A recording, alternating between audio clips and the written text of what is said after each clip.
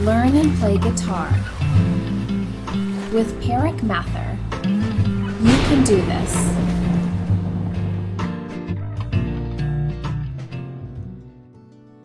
In this lesson, we're going to look at the chord change C to D, which everybody needs in guitar. It looks easy, but if you're learning guitar, it's not at all as easy as it looks. This is also a continuation from the lesson C to F major 7, which most of you would have looked at by now. As with all my videos where we're working on chord changes, can you pause the video and place your capo on the first fret, which makes it a little easier, and when you're finished learning the technique, you can remove your capo then and you will find it much easier.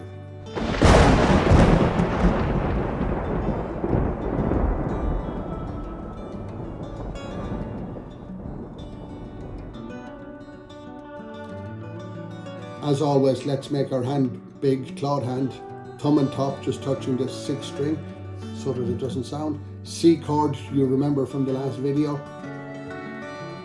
Particularly the 2.5 fret stretch. These fingers are not in the corners of frets. For anyone that's watching this video for the first time, you do not put your fingers in the corners of a lot of frets. You make the guitar as easy as possible to play, and it's still difficult even at that. I'm stretching across 2.5 frets. And this is very, very important because it leaves room when you need this little finger in here, or when you're changing to something like that chord or changing down to D to put that there. You're presetting the room without having to make unnecessary adjustments later on.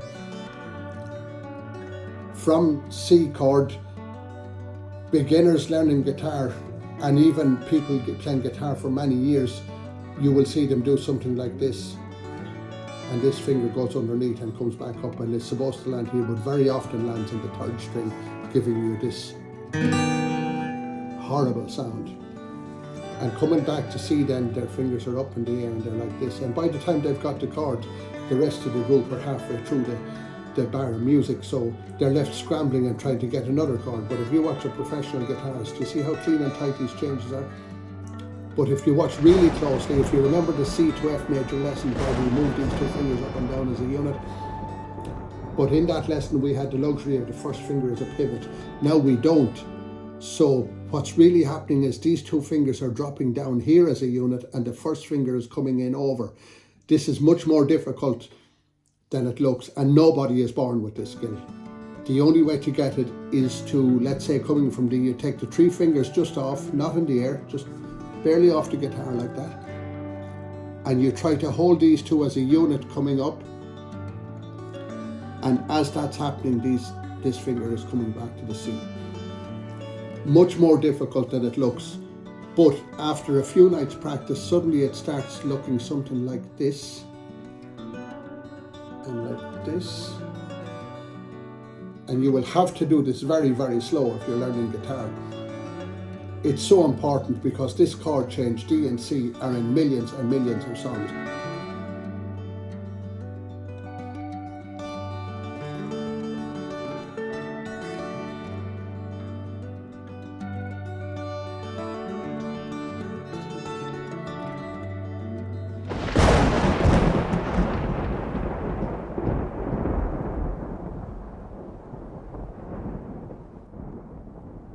You could then practice strumming. If you feel you're getting it, you could try going. During the last upstroke, as with all our lessons and songs, the fingers are off the guitar, going in the direction of the D, so that I'm coming from here rather than there.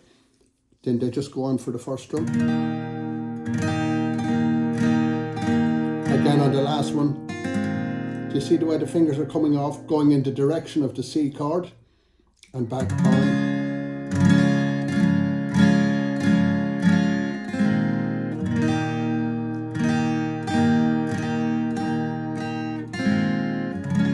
This is much more difficult than it looks if you're not used to it. Listen to it when it's speeded up.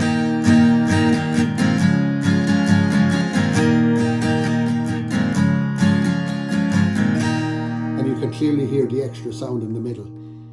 The little upstroke where the chord change is taking place. A moment ago I said there's no way around this, but there is a temporary thing you can do, and it's not temporary, it's actually in a lot of songs. If you can't get to the C like that, or while you're waiting, you can go to D, C add 9 and back to D. Now that is very gettable, and we looked at that in a couple of videos ago. D to C add 9. Even though songs may be recorded with C, you could put the C add 9 in for the moment, which also makes it a little easier to get to the G. So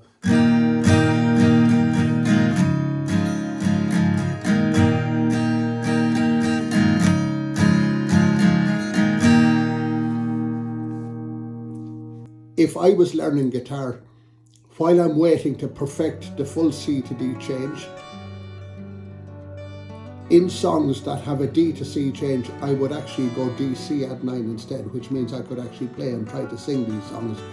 That chord change is much easier to get because your third finger is not moving, your thumb is not moving up on top, and your triangular space is not moving here either. They're all set, and it's just the two fingers move together. But long term, if you're serious about playing guitar, you will need that full C chord to go with it. This is more difficult than it looks, but if you're patient and just spend a couple of minutes every day, in 2 weeks' time you will be amazed.